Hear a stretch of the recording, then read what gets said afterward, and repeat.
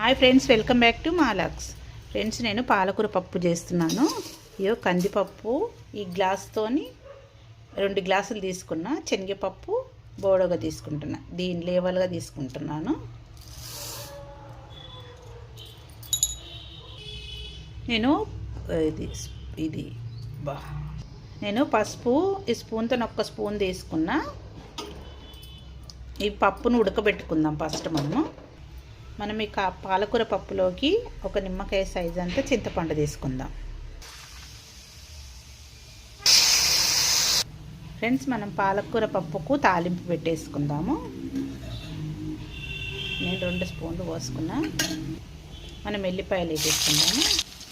మనం 2 ఎండుమిర్చి కూడా వేసేసుకుందాం. జీలకర్ర ఆవాలు కూడా వేసేసుకుందాం. కొన్ని ఉల్లిపాయలు వేసుకుందాము.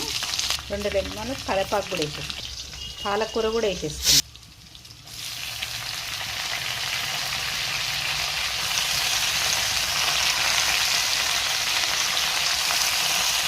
మనం పాలకూరలో ఉప్పు ఉంటుంది కాబట్టి ఉప్పు చూసి వేసుకుందాం. నేను దొడ్డుప్పు కొద్దిగంతనే వేసుకుంటున్నా. నేను పప్పులో పసుపు వేసిన కదా ఫస్టే, అందుకే కొద్దిగంతనే వేస్తున్నా. నేను కారం కూడా చేస్తున్నా. నేను పచ్చిమిర్చి వేయలేదు ఫ్రెండ్స్, నేను కారం వేస్తున్నా.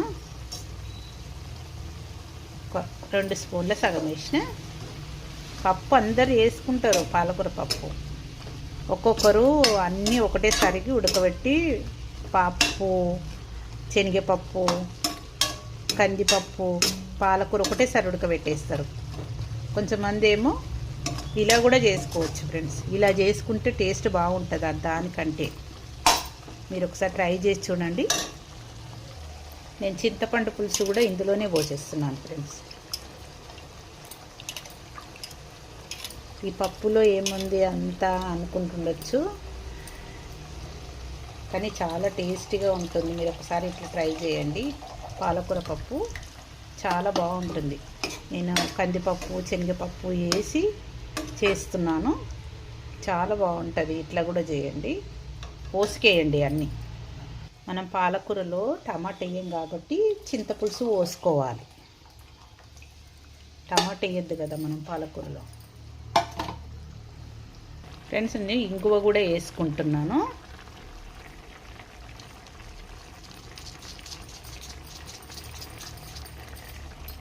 ఫ్రెండ్స్, నేను గంటెతోనే మెదుపుకున్నాను ఇట్లా. ఇప్పుడు మనం ఇది ఇందులో వేసేద్దాము.